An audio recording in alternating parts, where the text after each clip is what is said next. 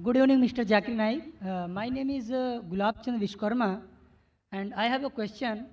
Bakrid is very Kareeb, very near this time, and the Muslim faith believe that on the occasion of Bakrid, they sacrifice the goats, buffaloes, and cows, and all that. And according to the Islam, insaniyat and humanity is very important, and every faith should be pity and kind on animals and human being and all that. Then if they believe in this, then why they give the sacrifice of goats, cows and buffaloes on the occasion of Bakrid? Whether they should do it, whether it is in favor of humanity or insaniyat. Brother asked a very good question, that why are we sacrificing goat on Bakrid? If it's not a Bakrid, can we sacrifice goat? No. Any animals, any No, animals. can we sacrifice goat if there's no Bakrid?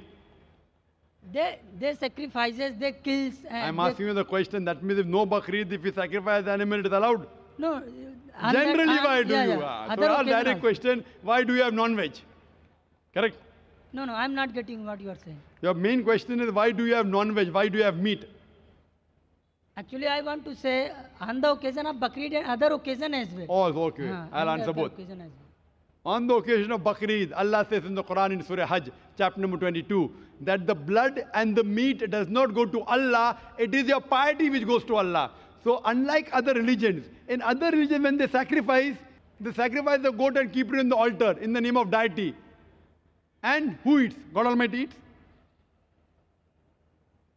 In Islam, when we sacrifice, what do? 1/3 compulsory minimum we have to give to the poor people. 1/3 we have to give to the relatives and friends. 1/3 you can keep for yourself. So maximum you can keep is 1/3 for yourself. If you want to give full in charity also you can give. So when we are sacrificing, what are we doing? We are benefiting the humankind. We are giving them food to eat. Now giving food to eat is good or bad, brother? Giving food to the poor people to eat, is it good or bad? Good. In humanity, is it good or bad? Good. So therefore, Islam is a religion of humanity. Now you may ask the question, what about killing animals? It's good for humanity, but what about animals? In short, a Muslim can be a very good Muslim even by being a pure vegetarian. It's not compulsory in Islam that you should have non-veg, but since Almighty God has given us permission to have non-veg, why should we not have non-veg? Allah says in the Quran, in Surah Ma'idah, chapter number 5, verse number 1, eat of the four-footed animal which has been made lawful for you.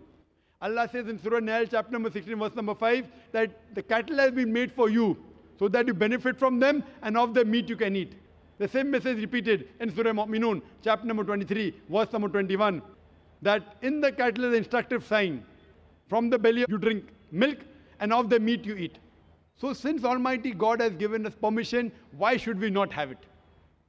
Now coming to the logical aspect, today science tells us that in non-veg food, in flesh food, it is rich in vitamins, and it is only food which has got complete protein. Our human body, there are total 23 amino acids required by the human body, out of which 8 are not synthesized in the body. It has to be given from the external diet.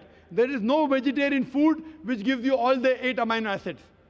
It is the flesh food, the non-veg food, which gives you all the 8 amino acids. Furthermore, if you analyze the set of teeth of the herbivorous animal, cow, goat, sheep, they have got flat set of teeth. They only have vegetables. They can't have flesh. If we analyze the set of teeth of the carnivorous animal, tiger, leopard, lion, they have got pointed set of teeth. They have got a carnivorous set of teeth. They have canine set of teeth. They only have flesh food. They can't have vegetables. If we go in front of the mirror and we see a set of teeth, we have got pointed teeth as well as flat teeth. We have got an omnivorous set of teeth. If Almighty God wanted us to have only vegetables, why did He give us the pointed teeth? For what? To have the flesh food.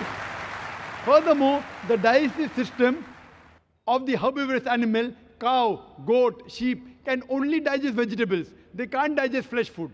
The digestive system of the carnivorous animal, tiger, leopard, lion, can only digest flesh food. They can't digest vegetables. But the digestive system of the human being has got small intestine and long intestine. We can digest vegetable as well as fresh food. If Almighty God wanted us to have only vegetables, why did He give our digestive system we can digest both? Furthermore, there is a misconception that Hindus should not have non-veg. It's misconception. If you read the Hindu scriptures, it's mentioned in Manusmriti, chapter number 5, verse number 30, that Almighty God created some animals to eat and some to be eaten. If you eat the animals that have been created to be eaten, you're not doing a sin. It's mentioned in Manusmriti, chapter number 5, verse number 31, that Almighty God has created some animal for sacrifice. So if you kill the sacrificial animal, you are not doing a sin. It is mentioned in Manusmriti, chapter number 5, verse number 40, that killing in sacrifice is not a sin. There are various references in the Hindu scriptures and the Vedas that the sages and sons, they had non-veg, they even had beef. If you read Mahabharat Anushasan Parv, chapter number 88, you know the story of the Pandavas. You know Pandavas? 5 brothers. The eldest brother Yudhishthir, he asks Bhishma that what should we give in yagna, in puja, so that our ancestors will be satisfied. So Bhishma replies that if you give herbs and shrubs and vegetables, our ancestors will be satisfied for 1 month. If you give fish, for 2 months. If you give meat, for 3 months. If you give hare, rabbit, for 4 months. If you give goat, for 5 months. If you give bacon, for 6 months. If you give birds, for 7 months. If you give deer, 8 months. And the menu continues. If you give buffalo, for 11 months. If you give cow, our ancestors will be satisfied for 1 full year. And if you want your ancestors to be satisfied inexhaustibly, give red meat of goat or a rhinoceros. Who says that? Bhishma to Yudhishthir. The full menu is there. Vegetables, fish, rabbit, goat, everything is there. Buffalo, cow. So even in Hindu scriptures, eating non-veg is permitted. It is many of the Hindus, because they were being influenced by other philosophies of ahimsa, they started practicing it. And this people who follow ahimsa, that's non-violence, not killing any living creature, if any human being can lead a life without killing living creatures, I'm for it. What they say, killing animal is a big sin because their life, killing life is prohibited. Today science is advanced and we have come to know that even the plants have got life. So by eating vegetables, you're killing life also. But the logic has changed. No, we understand that the plants have got life, but the plants can't feel pain.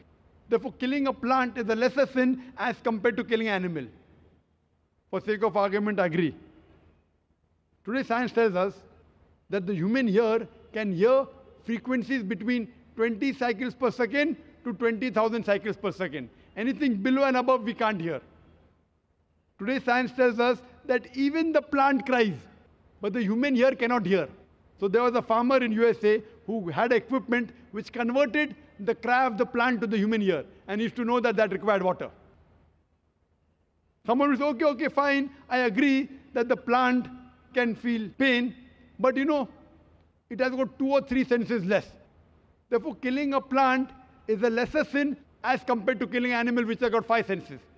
For sake of argument, I agree that plants have got 2 senses less as compared to the animal. I am asking you a question. That suppose your brother, God forbid, if he is born deaf and dumb, and when he grows up, someone comes and kills him. So will you go and tell the judge, me Lord, give the murderer less punishment because my brother, he was deaf and dumb? Will you say that? You will tell the judge, give him a bigger punishment.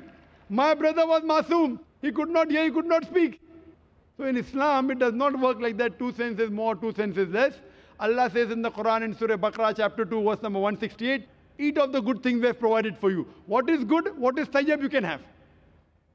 And furthermore, I personally have got no problem. If the non-Muslim don't want to have non-veg, I've got no problem. Personally. Only when they tell me it's a sin, or you tell me it's against humanity, I give the reply. Personally, if the non-Muslims continue having vegetarians, good for me. If all the non-Muslims start having non-veg, then the price of mutton and beef will go high. Personally, I've got no problem.